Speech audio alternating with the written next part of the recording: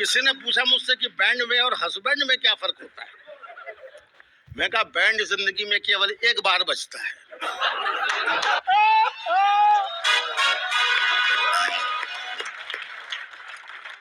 और हस्बैंड बजता ही रहता है।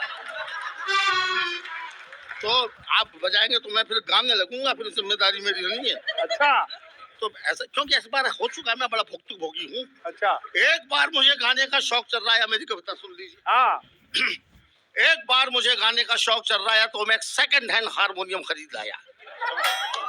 एक बार मुझे गाने का शौक चल रहा है तो मैं एक सेकंड हैंड हारमोनियम खरीद लाया। हफ्ते भर तक गाया बजाया बजाया गाया, पूरे मोहल्ले को सुनाया। 8वें दिन एक पड़ोसी आया, मेरा दरवाजा खटखटाया। मैंने कहा फरमाइए। वो बोला चौबे जी आज की रात हमें आपका हारमोनियम चाहिए। मेरा दरवाजा खटखटाया, मैंने कहा फरमाइए। वो बोला आज की रात हमें आपका हारमोनियम चाहिए। मैंने कहा कोई प्रोग्राम है क्या? वो बोला जी हाँ, आज की रात हमारा सपरिवार सोने का प्रोग्राम है।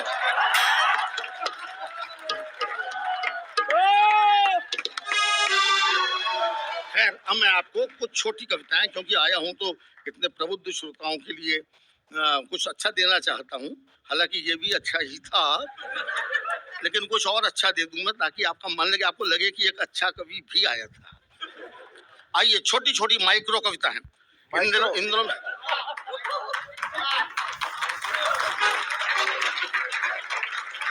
नहीं, मैं इनको माइक्रो कविता इसलिए कह रहा हूँ। मैं ये आल्पिन है, मैंने प्रयोग किया है। छोटी छोटी 2.5-2.5 3-3 पंक्तियों की कविताएं लिखी हैं इन दिनों, क्योंकि लंबी लंबी कविताएं बेकार।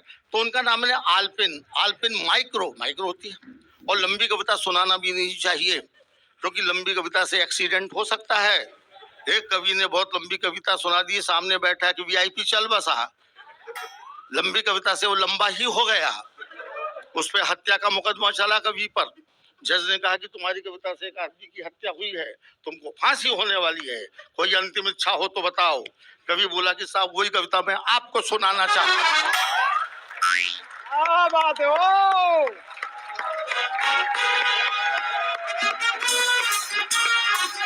क्या बात है।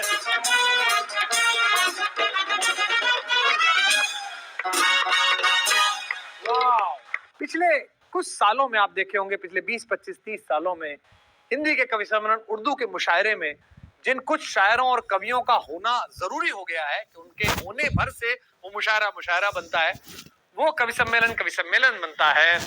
उसी दारुल उलूम की पवित्र जमीन से, उसी देवबंद से, जहां आजादी की लड़ाई में इतनी सारी कुर्बानियां हुई, जहां से अनहद नाद उठता है धर्म का, आध्यात्म का, वहीं से हमारे बीच उर्दू अदब के बहुत मशहूर शायर, आप सबके महबूब और हमारे महबूब शायर डॉक्टर नवाज देवबंदी मौजूद हैं।